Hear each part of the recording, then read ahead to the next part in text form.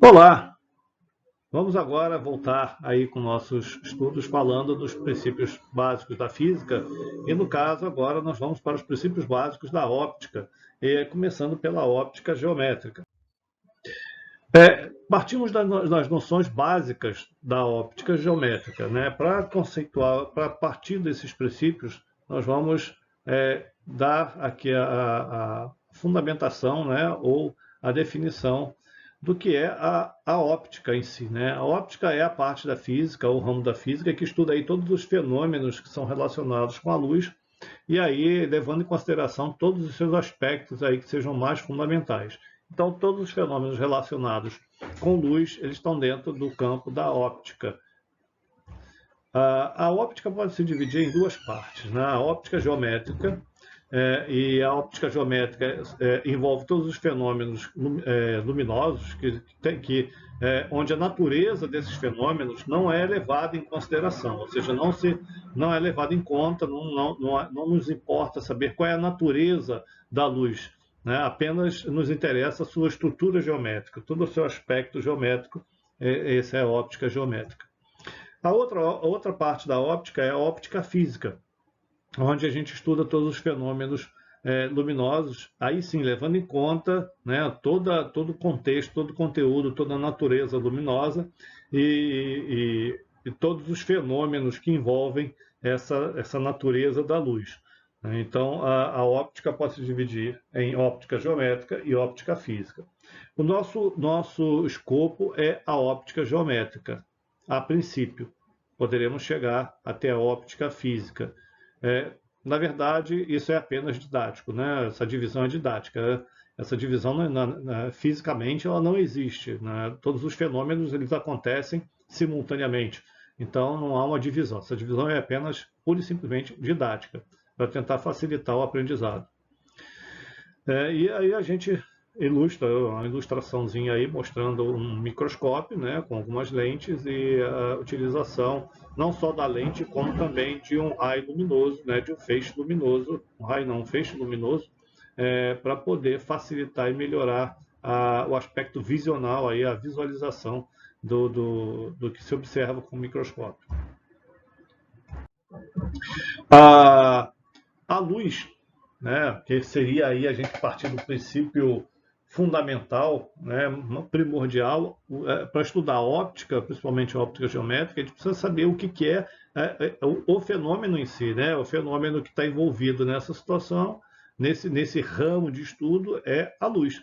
Então, o que é basicamente a luz? Né? A gente considera aí, conceitua a luz como sendo energia, né, se propagando no espaço através de uma onda ou de uma radiação eletromagnética, né, e que tem a capacidade e propriedade de impressionar, de atingir e sensibilizar nossos órgãos visuais. Nossos órgãos visuais são nossos sensores ópticos.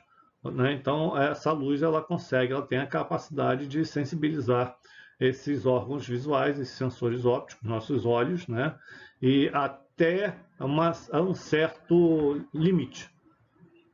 Tem radiações e ondas eletromagnéticas que não são sensibilizados, não sensibilizam nossos órgãos visuais, não produzem efeito e nós não conseguimos atingir essas ondas ou essas radiações.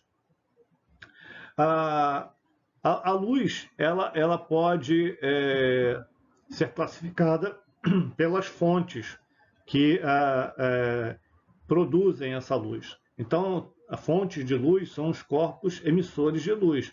Eles podem ser de dois tipos. Eles podem ser fontes primárias, elas podem ser fontes primárias, né, que são aquelas que emitem luz própria. Aí, exemplo, o sol, uma vela acesa, uma lâmpada acesa, qualquer corpo que produza luz própria é a fonte primária. A fonte secundária são aqueles corpos que refletem a luz emitida pelas fontes primárias. Então, aí, exemplo básico e clássico para a gente, a Lua reflete a luz do Sol, uma parede está refletindo a luz produzida por uma lâmpada, por uma vela, seja lá qual objeto que esteja iluminando no ambiente. Né? Então, as fontes de luz podem ser primárias ou secundárias.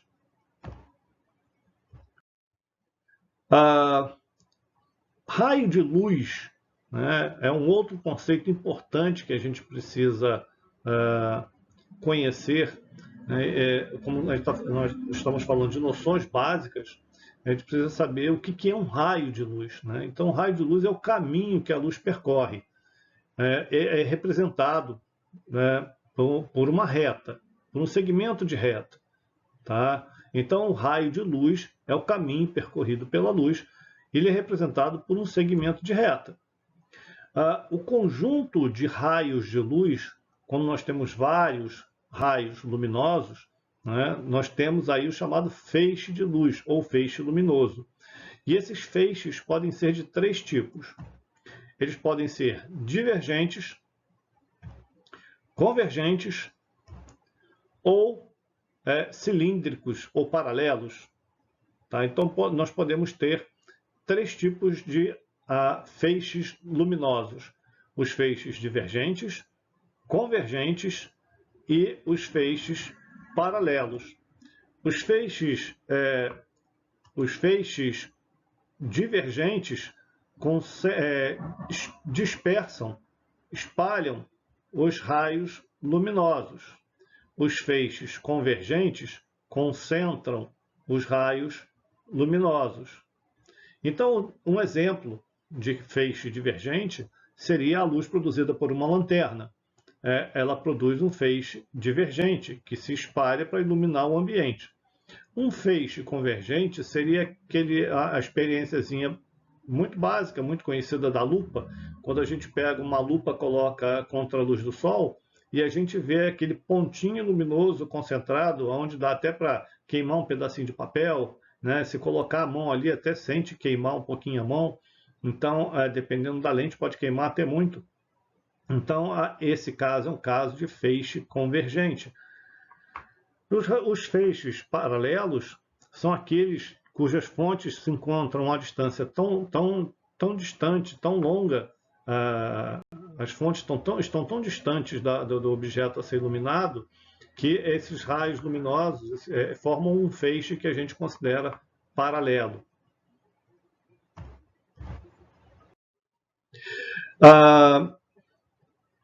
Como a gente está falando de luz, né? A gente fala muito de luz e temos aí a nossa luminosidade, a luz que está no nosso ambiente, que sensibiliza nossos órgãos sensores, nossos sensores visuais, né? Que são nossos olhos.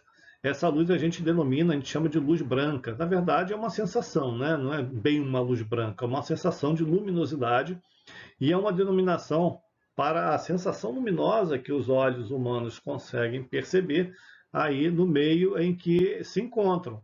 Então, essa luminosidade que nós percebemos no ambiente em que a gente está, seja durante o dia, seja durante a noite iluminado por uma lâmpada, por uma vela, essa luminosidade, a gente chama de luz branca, é uma sensação luminosa, né?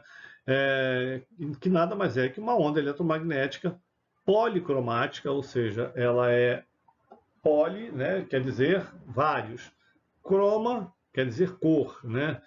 Então, vem de cor, de cores. Então, policromia, né, policromática, quer dizer que é formada por várias cores. Então, essa sensação luminosa, que a gente chama de luz branca, é formada por várias cores.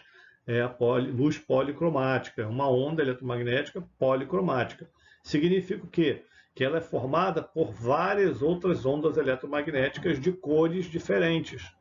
Então, cada cor tem características diferentes, como, por exemplo, comprimento de ondas, frequência, período. Então, cada cor tem um comprimento de onda diferente, tem uma frequência diferente, então são ondas diferentes. Então nós temos várias ondas eletromagnéticas, né, que são as cores que compõem essa luz branca, né, como a gente chama, essa sensação luminosa. Então essa luz branca, ela é policromática, formada por várias cores, né, por várias sensações luminosas, por uma policromia. por várias ondas monocromáticas. Então, as ondas eletromagnéticas monocromáticas, elas são representadas basicamente pelas cores do arco-íris. São aquelas cores que formam um arco-íris que varia do vermelho até o violeta, né? Mais especificamente, vermelho, alaranjado, amarelo, verde, azul, anil, violeta. Essas são as cores básicas da policromia da luz, da sensação de claridade da luz branca que nós temos aí durante o dia ou produzida por uma lâmpada. É uma luz policromática formada por todas essas cores, por todas essas luzes ou ondas monocromáticas. Existe um experimento muito simples de se fazer, que é o chamado disco de Newton, e ele permite a gente verificar essa questão da policromia, né? Basta a gente pegar um disco, pode ser até um CD velho, e colar várias tiras proporcionalmente, né, na superfície, em uma das superfícies do CD, com as cores que formam o arco-íris, variando ali, ó, do vermelho até o violeta, né, colocar várias fatias dessas cores e fazer esse disco rodar muito rapidamente. O exemplo aí que tem na figura é uma furadeira, né, uma máquina de furar para poder criar uma alta rotação. Então, fazendo isso, o disco gira muito rápido. Ao girar muito rápido, a sensação que se tem é que a superfície do disco é branca e não formada por várias cores que foram colocadas ali.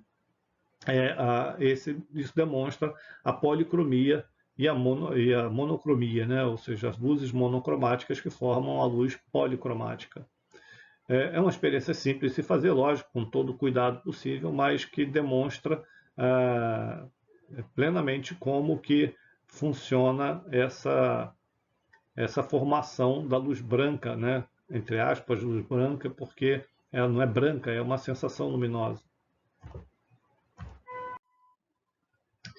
Bom, do ponto de vista óptico, né, os meios por onde a luz se propaga podem ser classificados como transparentes, permite a total passagem da luz, né, ou seja, a luz passa sem nenhum problema, então é um meio transparente, exemplo, água, ar, vidro, vidro liso, né, sem nenhum tratamento específico, então, e vários outros exemplos que a gente poderia colocar onde a luz atravessa sem problema nenhum. Outro meio também que a gente pode usar na classificação é o translúcido. O meio translúcido é que permite uma passagem parcial da luz. E aí, exemplo, é o vidro embaçado, vidro fosco, papel vegetal. Você só consegue perceber e observar a silhueta do que está do outro lado. Você não consegue ter uma imagem definida. Então, essa superfície esse meio é o meio translúcido. E o meio opaco. O meio opaco é aquele que impede, né, bloqueia totalmente a passagem da luz. E aí uma parede, por exemplo, uma porta, ou qualquer objeto que bloqueia totalmente a passagem da luz, não permite que a luz passe para o outro lado, é um meio opaco. A propagação da luz, ela pode ser classificada como retilínea, tá? A luz se propaga de forma retilínea, ou seja, ela se propaga em linha reta, isso considerando um meio transparente, homogêneo e isótropo, né? Isso, basicamente, a gente está falando do vácuo, né? Quando fala desse meio transparente, homogêneo, isótropo, a gente está falando do vácuo. O vácuo é o meio onde essas condições elas são cabíveis. Existe uma outra relação também para a luz, que é a independência dos raios luminosos, né? Ou seja, quando a gente faz cruzar dois feixes, né? Ou melhor, dois feixes luminosos, eles se cruzam e continuam o seu caminho, seu trajeto, como se nada tivesse acontecido. Então, o cruzamento de dois feixes luminosos não causa interferência. Então, por isso a independência dos raios de luz. Eles se propagam e não sofrem interferência de outros feixes luminosos, a não ser só sofrem interferência ou de alguma superfície opaca, translúcida, né, que impeça ou dificulte a passagem desses feixes. Mas quando dois feixes luminosos se cruzam, eles seguem independentemente, não há interferência de um com o outro. E a reversibilidade do raio de luz. É possível que o raio de luz emitido num sentido ele retorne da mesma forma. Então, o caminho aí que pode ser seguido por um raio de luz, ele não se modifica quando o sentido de propagação é invertido. Isso vale muito e é muito utilizado no caso das fibras ópticas, né? As fibras ópticas hoje utilizam esse princípio de propagação do raio de luz para transmissão de informação. Os meios de propagação da luz, né? A luz ela é uma onda eletromagnética, né? Que se propaga aí no vácuo com velocidade de aproximadamente 300 mil quilômetros por segundo. Isso considerando o vácuo, tá? Quando a gente fala de matéria, quando a gente envolve matéria, como o ar, a água, qualquer outro meio material, aí a propagação da luz já modifica, porque vai depender da densidade desse meio. A densidade do meio vai fazer com que essa velocidade seja normalmente menor do que aproximadamente 300 mil quilômetros por segundo. Esse valor também, como está ali, é aproximado, né? Não é exatamente 300 mil quilômetros por segundo. E aí nós temos duas figuras, uma mostrando aqui alguns fenômenos com a mudança de meio, né? A primeira figura mostrando aqui a mudança de meio, onde o raio luminoso, ou o feixe luminoso, ele incide de um meio menos denso para um meio mais denso, ou seja, do ar para o vidro, ou para a água, se tiver água dentro de um recipiente, se for uma superfície de vidro, né, um material de vidro, ou se for só um recipiente com água, de qualquer forma, a luz vai sofrer uma mudança no seu trajeto, na sua trajetória, em função dessa mudança de velocidade, pela mudança na densidade do meio. Então, é um fenômeno que a gente chama de difração. Tá? Então, a luz sofre esse fenômeno quando há mudança do meio. Aqui um espectro eletromagnético, né, uma escala mostrando algumas radiações ou ondas eletromagnéticas, e aqui que varia das ondas de rádio até a radiação gama. As ondas de rádio têm um comprimento de onda grande. O que é um comprimento de onda? É a distância entre esses pontos mais altos da onda ou entre os pontos mais baixos da onda, né? A onda é essa linha branca que está aqui, que sofre esse zigue-zague. Então, se eu pegar os pontos mais baixos dessa onda ou os pontos mais altos, eu vou medir o comprimento dessa onda. Então, essa onda tem um grande comprimento quando eu falo de, por exemplo, ondas de rádio, e tem comprimentos muito pequenos quando eu falo de radiação gama. Por isso que os raios gama são muito mais perigosos, porque eles têm um comprimento de onda muito pequeno, significa que a frequência é alta, porque um é inverso do outro. Quando a frequência é alta, é porque o comprimento de onda é pequeno, e quando a frequência é baixa, é porque o comprimento de onda é alto, é grande. Então, os raios gama têm alta frequência, pequenos comprimentos de onda e conseguem penetrar, inclusive, na estrutura da matéria do tecido humano, né, do tecido da matéria viva, e pode atravessar, né, dependendo, uma parede de concreto. Então, a radiação gama ela é extremamente perigosa, justamente por isso, por ter alta frequência e pequeno comprimento de onda. Os raios X também, eles estão aí classificados dessa mesma forma, por isso são perigosos. Aí tem ultravioleta, luz visível. Reparem que o espectro, né, ou seja, o quanto de luz visível nós temos é muito pouco, é uma faixa muito pequena do espectro eletromagnético. Nós não conseguimos enxergar nem infravermelho, nem micro-ondas, nem ondas de rádio, nem ultravioleta, nem raio-x, nem radiação gama. A gente só enxerga uma parte muito pequena desse espectro eletromagnético. Bom, e aí vamos falar rapidamente de alguns fenômenos que envolvem a luz, e esses fenômenos são muito clássicos também, como a formação de sombra e de penumbra. Primeiro, antes de chegar à definição desse conceito, a gente precisa saber qual é a classificação das fontes. Como que as fontes são classificadas, são definidas em termos de emissão. Então, nós temos as fontes chamadas pontuais. A fonte pontual é aquela cuja dimensão a gente desconsidera, ela tem uma dimensão muito pequena, que emite aí diversos, infinitos raios de luz divergentes que se espalham, né?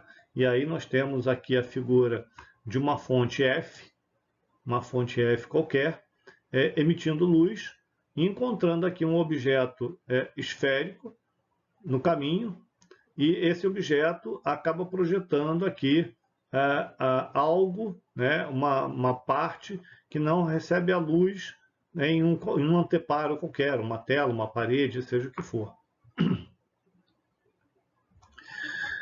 E nós temos também as fontes extensas. A fonte extensa, ela já tem uma dimensão considerável. Ela tem dimensões relevantes em relação ao ambiente.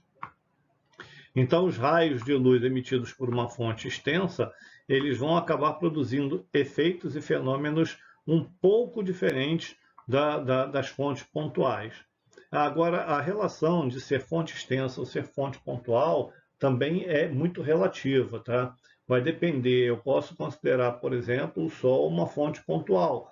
Está bem distante, 150 milhões de quilômetros daqui, então eu posso considerar como uma fonte pontual, emitindo seu raio de luz, seus feixes luminosos. Mas se eu estiver em Mercúrio, por exemplo, ele já passa a ser uma fonte extensa, porque a sua dimensão em relação a Mercúrio é muito grande. Então, vai depender, né, da posição da fonte em relação ao objeto, e da dimensão da fonte também em relação ao objeto, para a gente classificar se é pontual ou extensa. E aí sim a gente parte para saber esses fenômenos que são produzidos pelas fontes pontuais e fontes extensas, que são a sombra, né, que são regiões que são totalmente desprovidas de iluminação, então não recebem nenhuma luz quando iluminadas por uma fonte pontual. Então, ou também por uma fonte extensa, também existe sombra formada quando iluminado pela fonte extensa, a gente vai ver já já, mas por uma fonte pontual, conforme o mesmo exemplo anterior, né, a fonte F, um objeto esférico no caminho, no trajeto desse feixe luminoso, ele vai produzir uma região nesse anteparo, que pode ser uma tela, uma parede, uma região que está desprovida de luz. E essa região é conhecida como sombra. Então, a definição de sombra é uma região totalmente desprovida de luz. É o que acontece quando nós temos uma situação como essa. É projetada uma sombra do objeto, né, no anteparo. Normalmente, essa sombra ela é maior do que o objeto quando a gente considera uma fonte pontual. Mas também temos, no caso da fonte extensa, uma consideração um pouco mais complexa ou um pouquinho mais, com um pouquinho mais de elementos, porque a fonte extensa também vai produzir uma região sem iluminação, ou seja, desprovida de luz, a sombra, e aí normalmente essa sombra é menor do que o próprio objeto, né, no caso da fonte extensa, e também vai produzir uma região parcialmente iluminada. Essa região parcialmente iluminada é chamada e conhecida como penumbra. Então, a penumbra é uma região que recebe iluminação parcialmente. E a região que não recebe luz, sombra. Então, sombra, região desprovida de luz, e penumbra, região parcialmente iluminada. E aí, alguns exemplos utilizando esses conceitos que nós acabamos de ver. Para a figura, essa figura aí que está sendo mostrado para vocês, né? Nós temos aí uma fonte de luz, no caso o Sol. Nós temos aqui um objeto no meio do caminho, né? no trajeto desses raios, desse feixe de luz, que é a Lua, e temos aqui o planeta Terra, onde nós temos aqui diversas áreas que precisam ser classificadas. E é isso que a gente vai fazer, né? Surge a primeira pergunta. Para um observador colocado em A, é noite. Ele está fazendo uma afirmação. Para um objeto colocado em A, é noite. Ou seja, A está aqui. Esse é um fato? A gente concorda com essa afirmação? Um objeto que está aqui em A vai ser noite? E por quê?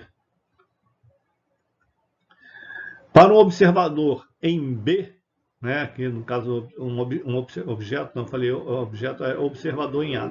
Para um observador em B é dia, mas uma parte do disco solar desapareceu por algum tempo. Então, para um observador colocado em B, né, é dia, porém parte da luz solar deixou de acontecer. Essa afirmação também ela procede? Será que está tudo certo?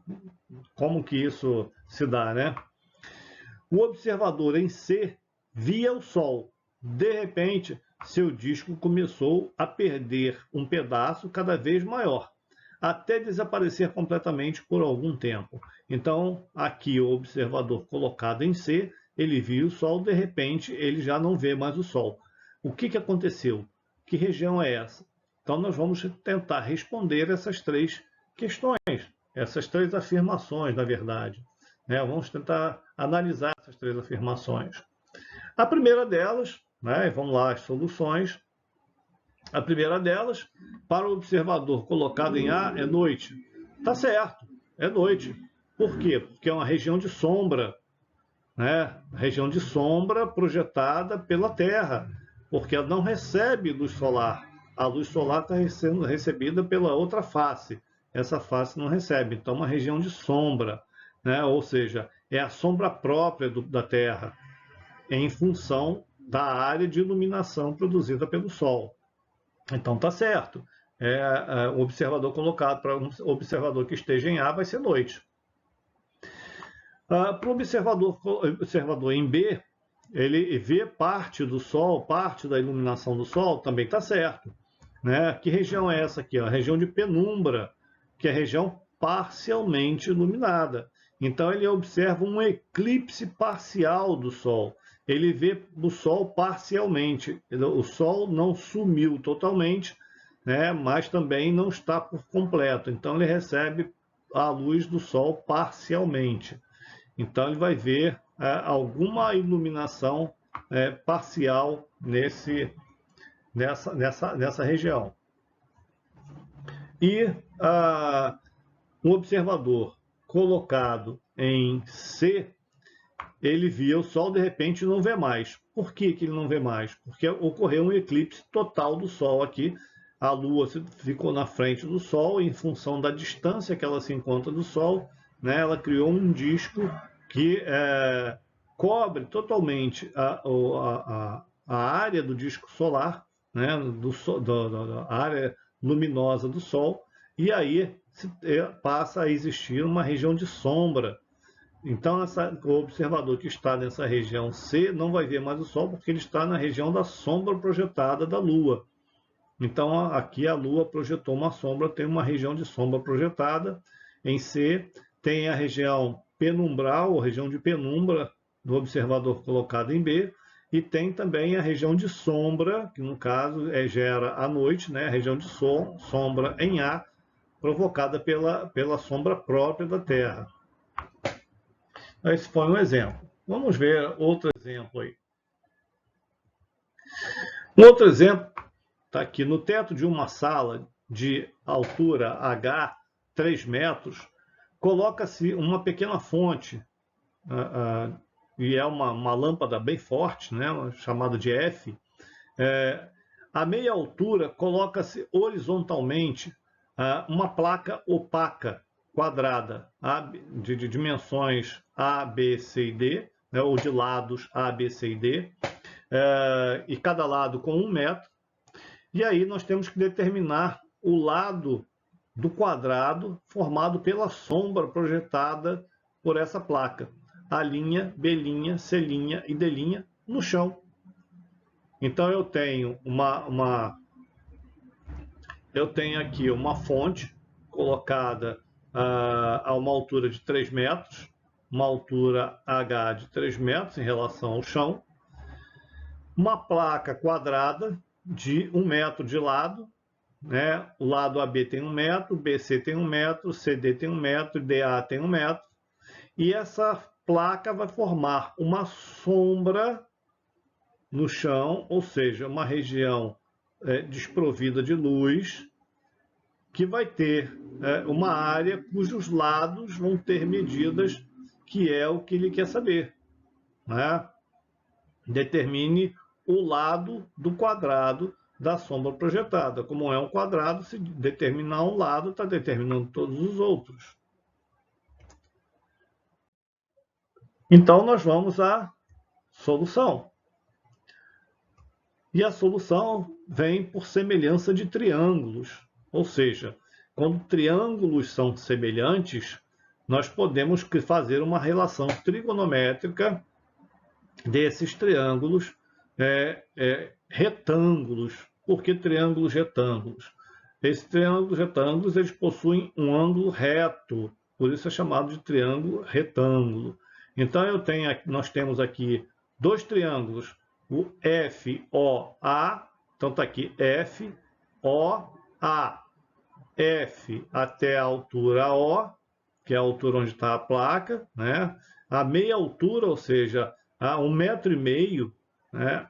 A metade da distância da fonte até o chão é colocada a placa. Então, nós temos essa medida FO, e temos aqui o triângulo também com a distância OA, e aqui o feixe que forma a hipotenusa desse triângulo. Então, esse triângulo aqui, retângulo, ele é formado por um cateto, outro cateto e uma hipotenusa. E aí nós temos também o triângulo FO'A'. Então, FO'A', está aqui o O'A', está aqui. Então, esse triângulo maior aqui, também um triângulo retângulo, porque formou um ângulo reto de 90 graus. Está aqui esse triângulo maior. E aí nós temos esses dois triângulos, o pequeno, FOA, e o maior, FO'A', né? Esse triângulo maior. Eles são, por definição, semelhantes.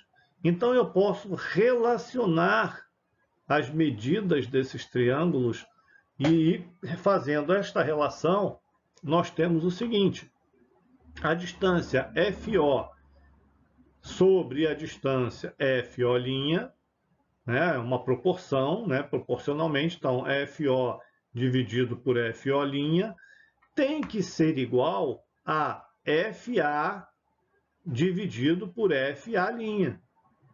Então, FO dividido por FO' tem que ser igual a FA dividido por FA'.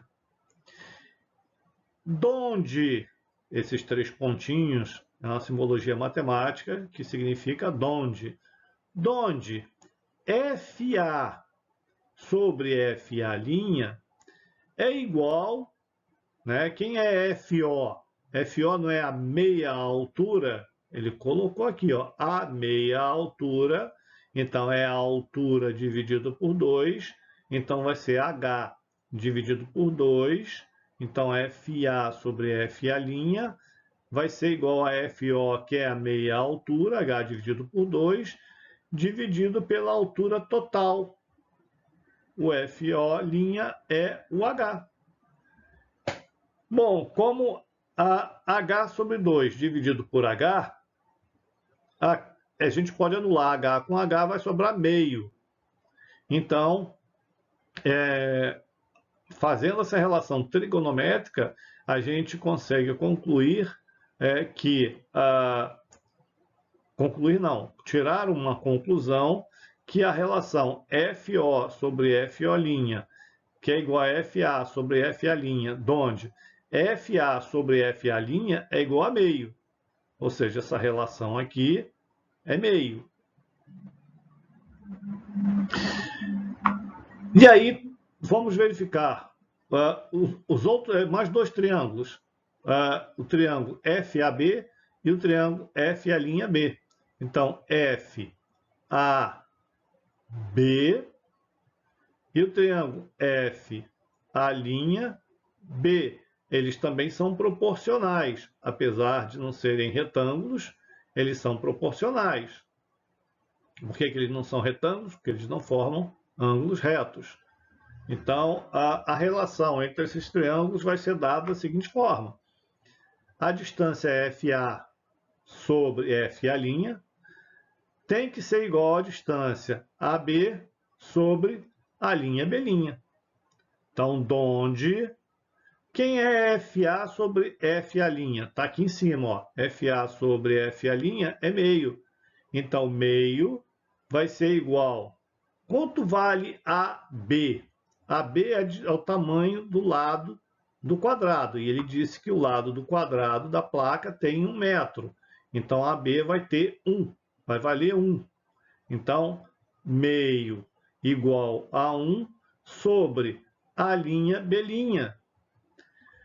Bom, operacionalizando isso aqui, multiplicando cruzado, podemos botar esse segmento de reta, a linha B' lá para cima, multiplicando 1, e esse 2 passando para cá, multiplicando 1. Então, multiplica cruzado, né? Então, vai ficar a linha B' vezes 1 dá a linha B'. 2 vezes 1 dá 2.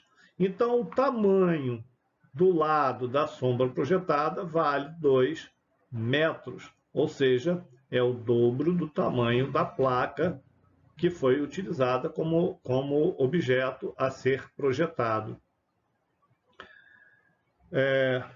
Resposta, 2 metros. Mais um exemplo, só para fixar um pouco mais. João mediu a altura de um obelisco utilizando a formação de sombras. Olha a praticidade, a situação que a gente tem utilizando trigonometria, né, e a questão da luz, a possibilidade de medirmos qualquer objeto utilizando apenas sombras. Para isso, cravou perto do monumento uma vara. Em seguida, com uma trena, fez as seguintes medidas. A altura da vara, 200 centímetros. Sombra da vara, comprimento dela, 50 centímetros. E a sombra do obelisco, 1.500 centímetros. A figura é essa. O obelisco, uma altura H. A sombra do obelisco, S, de 1.500 centímetros. Os raios luminosos formam a sombra, atingem o obelisco, né? O obelisco é opaco, cria a região de sombra, impede a passagem da luz, e essa sombra projetada do obelisco tem 1.500 centímetros. João cravou uma vareta próximo do obelisco. Ele sabe a altura da vareta, tem 200 centímetros. Ele mede a sombra projetada pela vareta, que é de 50 centímetros. E aí, novamente, por semelhança de triângulos, nós podemos medir a altura desse obelisco. E é justamente o que ele quer, né? Calcular a altura H. Então, vamos tentar resolver isso. Qual a solução? Em virtude dos triângulos retângulos na figura serem semelhantes, né? São dois triângulos retângulos e eles são semelhantes, João chegou à seguinte conclusão. Hzão, né, H maiúsculo, dividido por H minúsculo, tem que ser igual a S maiúsculo dividido por S minúsculo. Então, está aqui H maiúsculo por H minúsculo é igual a S maiúsculo sobre S minúsculo, onde, multiplicando cruzado, né, ou simplesmente passou o H para o outro lado, como ele está dividindo, ele passa multiplicando. H maiúsculo, como quer se determinar o H maiúsculo, então passa o H minúsculo para o outro lado. Por quê? Porque todos os outros elementos têm os valores, têm suas medidas. Então, H maiúsculo vai ficar igual a S maiúsculo sobre S minúsculo vezes H minúsculo. Que vai ser igual a quanto? Quanto vale o S maiúsculo? Está lá, 1.500 centímetros. Está aqui. Quanto vale o S minúsculo? Aqui, 50 centímetros. Então, põe aqui. Quanto vale o H minúsculo? 200 centímetros. Está aqui. Fazendo esses cálculos aqui, né, que são simples, relativamente simples, eu corto um zero contra zero, 150 dividido por 5, né, vai dar 30. 30 vezes 200, né, como são 30 tem um zero, 200 tem 2, então já tem 3 zeros na resposta. 3 vezes 2 dá 6, então eu tenho 6.000 centímetros. 6.000 centímetros, se a gente for converter isso aqui, vai dar 60 metros. Então, a resposta, 6.000 centímetros, e aí nós temos 60 metros. Bom, pessoal, essa é a referência de onde foi tirado esse material, né, de onde foi feita a pesquisa desse livro, o livro de onde foi feita a pesquisa desse material. Por enquanto a gente fica por aqui, obrigado aí por sua atenção, e aí até o próximo conteúdo nosso, até o próximo vídeo. Se cuidem, cuidem uns dos outros, cuidem dos seus. Um forte abraço para todos.